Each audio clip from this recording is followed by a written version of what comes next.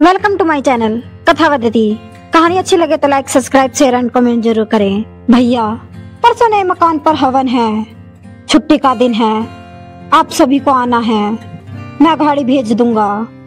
छोटे भाई लक्ष्मण ने बड़े भाई भरत से मोबाइल पर बात करते हुए कहा, क्या छोटे, किराए के किसी दूसरे मकान में शिफ्ट हो रहे हो? नहीं भैया, ये मकान अपना है, किराए का नहीं। अपना मकान? भरपूर आश्चर्य के साथ भरत के मुंह से निकला। छोटे, तूने बताया भी नहीं कि तूने अपना मकान ले लिया। बस भैया, कहते हुए लक्ष्मण ने फोन काट दिया। अपना मकान, बस भैया, ये शब्द भरत के दिमाग में हथौड़े की तरह बज रहे थे। भरत और लक्ष्मण दो सगे भाई, और उन दोनों में उम्र का अंतर था करीब 15 साल। लक्ष्मण जब करीब 7 साल का था तभी उनके माँ बाप की दुर्घटना में मौत हो गई। अब लक्ष्मण के पालन पोषण की सारी जिम्मेदारी भरत पर आ गई।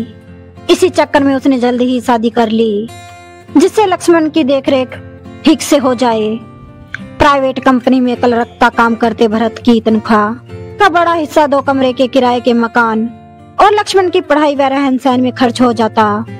इस चक्कर में शादी के कई साल बाद तक भी भरत ने बच्चे पैदा नहीं किए। जितना बड़ा परिवार उतना ज्यादा खर्चा।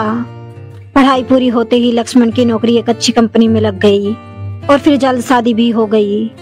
बड़े भाई के साथ रहने की जगह कम पड़ने के कारण उसने एक दूसरा किराए पर मकान ले लिया। वैसे भी अब भरत के पास 2 बच्चे थे, लड़की बड़ी और लड़का छोटा। मकान लेने की बात जब भरत ने अपनी बीवी से बताई तो उसकी आंखों में आंसू आ गए। वो बोली, देवर जी के लिए हमने क्या नहीं किया। कभी अपने बच्चों को बढ़िया नहीं पहनाया, कभी घर में महंगी सब्जी या महंगे फल नहीं आए। दुख इस बात का नहीं कि उन्होंने अपना मकान ले लिया, दुख इस बात का है कि ये बात उन्होंने हमसे छिपा के रखी।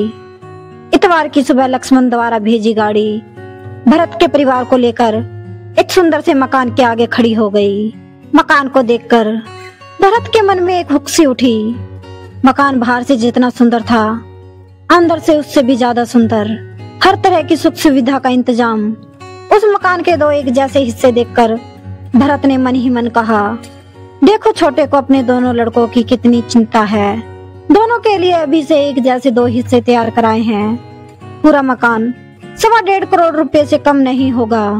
और एक मैं हूँ जिसके पास जवान बेटी की शादी के लिए 1-2 लाख रुपयों का इंतजाम भी नहीं है।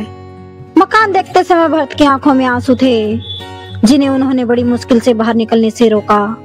तभी पंडित जी ने आवाज लगाई, हवन का समय हो रहा है। मकान के स्वामी हवन के लिए अग्नि कुंड के सामने बैठे। लक्ष्मण के दोस्तों ने कहा, पंडित जी तुम्हें बुला रहे हैं। यह सुन लक्ष्मण बोला, इस मकान का स्वामी मैं अकेला नहीं, मेरे बड़े भैया भरत भी हैं। आज मैं जो भी हूँ सिर्फ और सिर्फ इनकी बदौलत। इस मकान के 2 हिस्से हैं, एक उनका और एक मेरा। हवन कुंड के सामने बैठते समय लक्ष्मण ने भरत के कानों में फुसफुसाते हुए कहा, भैया, बिटिया की शादी की चिंता बिल्कुल ना करना। उसकी शादी हम दोनों मिलकर बड़े से बड़े घर में करेंगे। आखिर वह मेरी भी तो बेटी है, और अब से आप यहीं रहेंगे।